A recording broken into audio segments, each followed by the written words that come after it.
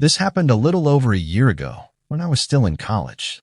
Me and three of my friends had this habit of going on spontaneous late-night drives. No destination, just music, junk food, and whatever weird stuff we'd find on the way. That night, we left around 11 p.m.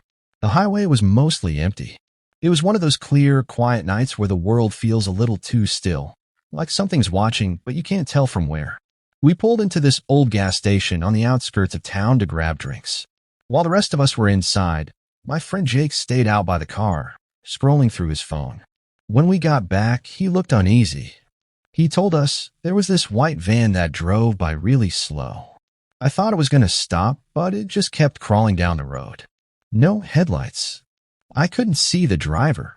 We laughed it off. Probably just some old delivery van, right? But that was the first time we saw it.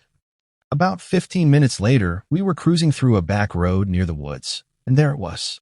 That same white van a few hundred feet behind us. No headlights again. Moving slow. I kept checking the mirror. It would vanish behind turns, but always seemed to catch up. And then we'd lose it for a while, only to see it again. Parked across the street when we pulled into a fast food place. Sitting in an empty lot when we took a bathroom break at a rest stop.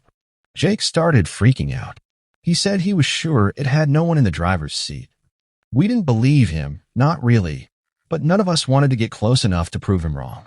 Around 2 a.m., we were back near town, and we decided to take a few turns and loops to shake it off. Every time we thought we lost it, came back. That's when we snapped. We turned down this narrow side road, the kind barely wide enough for one car, and waited at the end.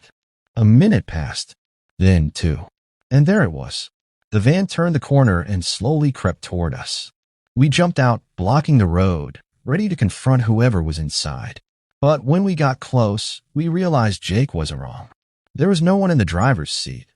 In fact, there were no seats at all. The entire interior was hollowed out, filled with boxes and metal shelving. No windows in the back.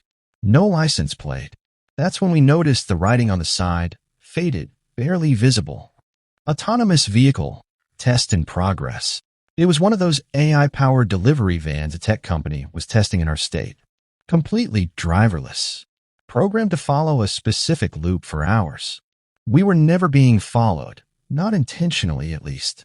We were just driving the same route as a robot that didn't know or care. It was scaring the hell out of us. Still, something about the way it kept finding us, without a single light, without a sound, it didn't feel like a coincidence. And ever since that night, every time I see a van with no windows, I always check the front seat, just in case.